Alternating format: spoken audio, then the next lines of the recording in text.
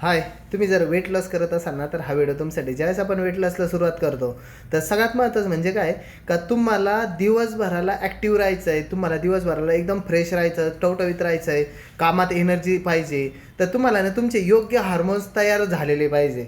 तरच हे सगळ्या गोष्टी घडते ना. आणि योग्य हार्मोन जर तयार व्हायला पाहिजे ना, तर तुम्हाला दिवसभराचं शेड्यूल प्रॉपर करणं गरजेचं आहे. म्हणजे आपले हार्मोन्स ठरवतं की आपलं शरीर कसं काम करणार आहे. आणि ते हार्मोन्सला कोण ठरवतं की अन्न ठरवतं आहे तुमचं, की त्यांनी कसं काम केलं पाहिजे, ते हार्मोन्सनी कोणतं सिक्रेट कसं झालं पाहिजे.